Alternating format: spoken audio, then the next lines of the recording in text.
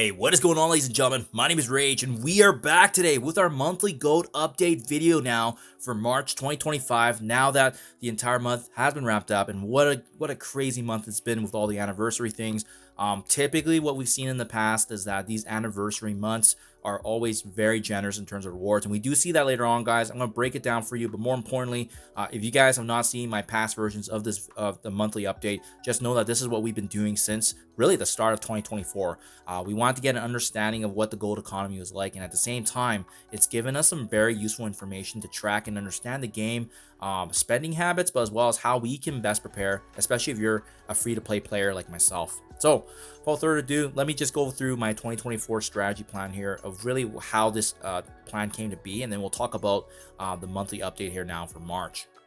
But really, where this all started was the budget, right? If we were to budget every single day, spending only X million gold per day, depending on what that is, what would the savings be? We figured that out in the past year, but also at the same time, could we keep up with the current meta and the priorities while at the same time saving gold? And we got that answer last year, and that's why we've been implementing and executing the exact same plan, which is budget, and knowing exactly how much to spend and what you are using and tracking that and understanding what those would be going forward. But typically, guys, from the math that we've calculated for the entirety of 2024, and again, I'll have those numbers for you, we actually earn about 250 to 300 million gold per month. So actually, if you didn't spend anything in the 3-4 months, you actually could be a Marvel Strike Force billionaire, funny enough. But yeah, these were the numbers all from 2024. As you can see, we've summarized and accumulated how much we're earning per month, how much we're spending, and then giving us the net. Now, what we were able to accomplish is even more impressive, right? Although we were able to, invest in characters and teams, having this budgeting strategy in mind allowed me to stay in the top 10 to 20 in Arena for the full 2024 year. This is because we invested properly in the new meta and as well as unlocking some of the best characters. And this is what I want to drive home, guys, is that you can budget in this game, especially if you're a highly engaged free-to-play player in the end game. So as long as you already have these roster built up. Now, keep in mind, obviously, I'm aware that if you're newer to the game, if you're a mid-tier transitioning to end game, you're gonna be in a different place than me. But for me, I've played this game for over 5 years, so I've accumulated resources like T4, gold, training materials, so that's amounted to where you see the success now, and this is typically applicable to really an end game player. But I want to drive home this strategy so that way you guys that are reaching in the end game, you can apply this later on, and hopefully this is going to also provide dividends to you like the same way it did for myself. But we were able to unlock every initial legendary character. Now keep in mind, 2024 only had Shadow King as well as Old Man Logan, but still two of the best legendaries in the game. We were also able to unlock as a top 4,000 player in Mephisto, finishing Dark Dimension 7 that got released in early March and April, I believe. We also accomplished the top 3,200 rank in Odin, Dark Dimension 8, when that was also released in later fall of 2024. And again, guys, no strike passes, no battle passes. I'm 100% free to play, and we were able to complete all of that, which is why I want to drive home that, being smart and strategic and budgeting your resources is the name of the game, and that's how you can accomplish these feats that I've listed here.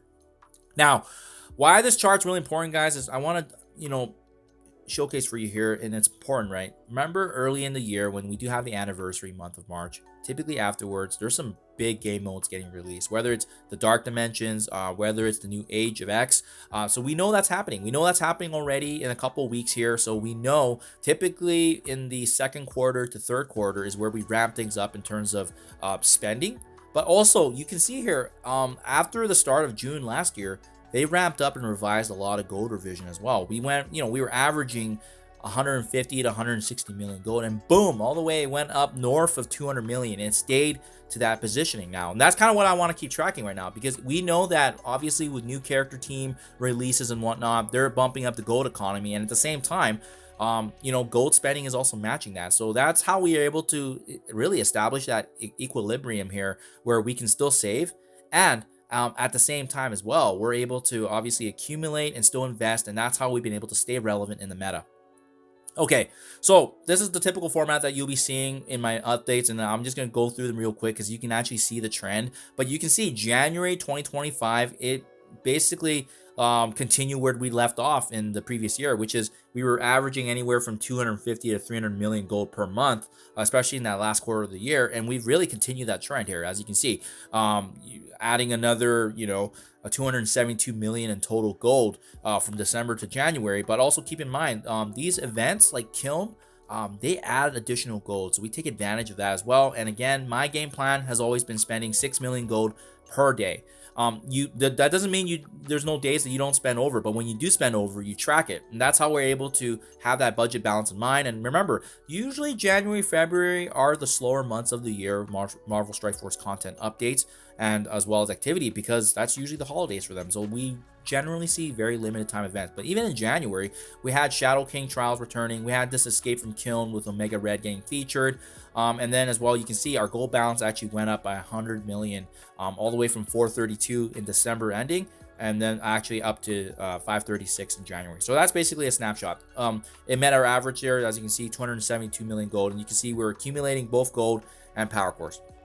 Then we had February, a shorter month to say the least, but Old Man Logan's returned. And remember, February is a shorter month, but we still were able to earn 286 million gold. Mind you, we only spent 6 million gold on 22 days, because 6 out of those days we actually dialed it back down. We only spent 1.2 million gold on those 6 days, and that's allowed us to have a bit of savings. But the reason for that was because, and I made that in my updates as well, is that we were just trying to save because there wasn't really much going on, so it didn't really make sense to spend gold, right? You don't, just because you have gold doesn't necessarily mean you have to spend it. But you can see, especially from the snapshot here of what's going on with my January to February update, you can see that our gold balance is going up and our power cords balance is going up. And then now, guys, this is the big March update.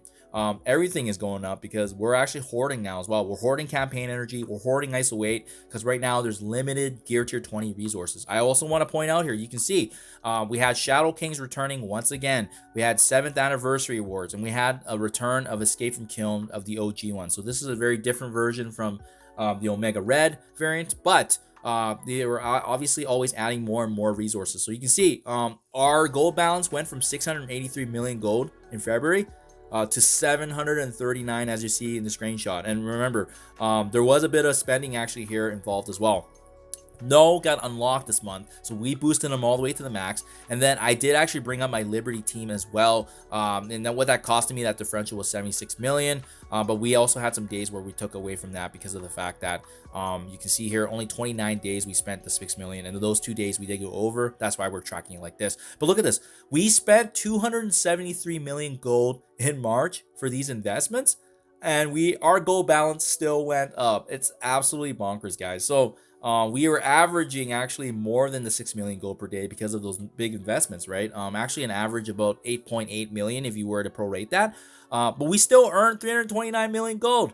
So absolutely bonkers, ladies and gentlemen, absolutely bonkers. So our trend right now is still continuing.